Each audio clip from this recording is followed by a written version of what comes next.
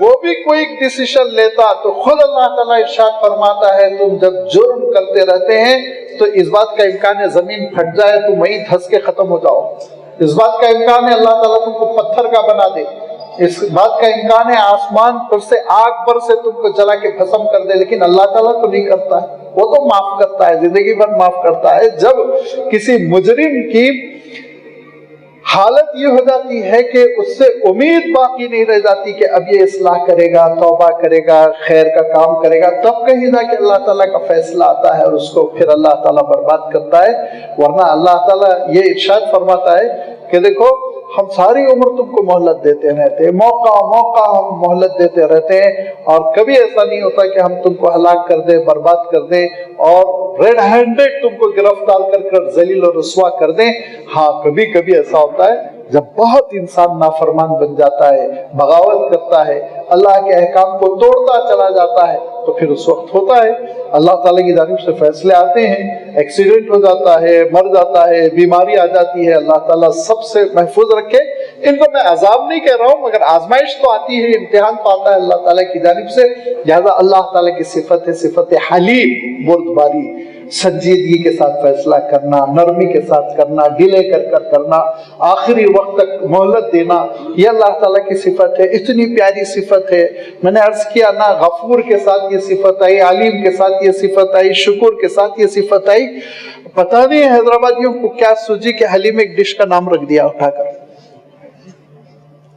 میں تحقیق کیا کیونکہ لوگ یہ پوچھتے تھے کہ کسی کھانے کی ڈش کو حلیم کہہ کے پکارنا مناسب ہے کہ نہیں، اللہ کی صفت ہے، تو میں تحقیق کیا تو تحقیق جس نتیجے تک پہنچی وہ بڑی حیرت انگیز ہے۔